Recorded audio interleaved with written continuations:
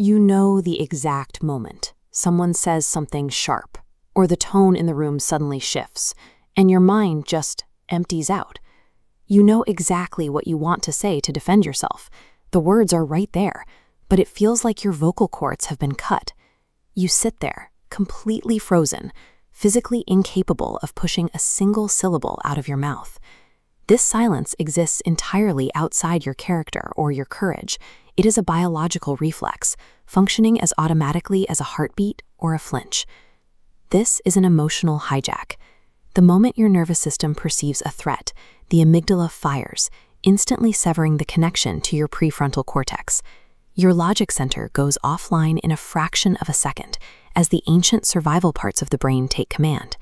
Your brain believes it is saving your life by shutting down your ability to speak. However, this automatic defense traps you in a quiet cycle of unresolved pain and unexpressed needs. Your body resorts to this extreme lockdown for a reason. This is the primal freeze trauma response, and its wiring was installed a long time ago. Imagine growing up in an environment where the adults were unpredictable, a place where speaking up, showing authentic emotion, or causing the slightest friction carried severe consequences. Living in a chronic state of unsafety produces toxic stress.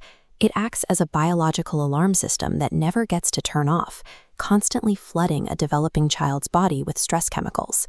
Exposure to toxic stress during these years leaves a biological footprint.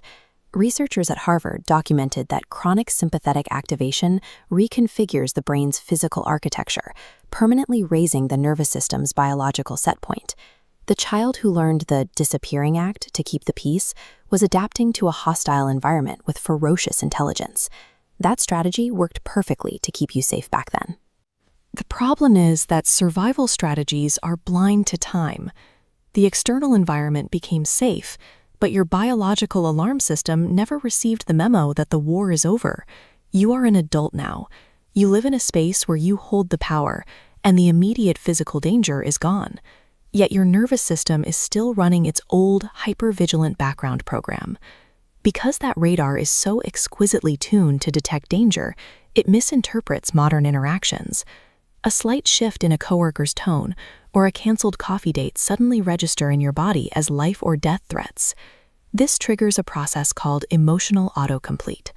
In milliseconds, before your conscious mind can process the facts, your brain grabs traumatic memories to fill in the missing data. Looking at this split-screen logic flow, you can see how an everyday event derails. On the left, an innocuous text message prompts a normal response. On the right, that same text message hits a past trauma filter, and the system panics. You react to your current partner as if they were the unpredictable figure from your past. The modern freeze represents a perfectly functioning alarm system that simply hasn't been updated. Your body is still using decades-old security protocols to navigate a conversation in the present day. If the freeze is a misfire of timing, reclaiming control requires a tool designed to widen the moment. This process is known as cognitive decoupling. Decoupling is the deliberate practice of severing the automatic chain. It separates what happens to you in the outside world from how your internal systems react to it. Here is the timeline of a trigger: stimulus, emotion, reaction. To break this, introduce a micropause. Train your nervous system to wait, creating a deliberate dead zone.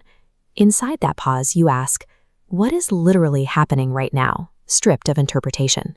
Focusing entirely on the objective facts acts like a manual override. It forces the prefrontal cortex back online, which shrinks the size of the emotional spike and provides immediate cognitive headroom.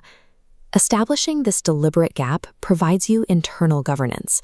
You transition from a system ruled by immediate impulses to one that treats intense emotion as data to be evaluated. Once you establish the gap, you enter the final phase of reprogramming your mind, the practice of observation without obedience.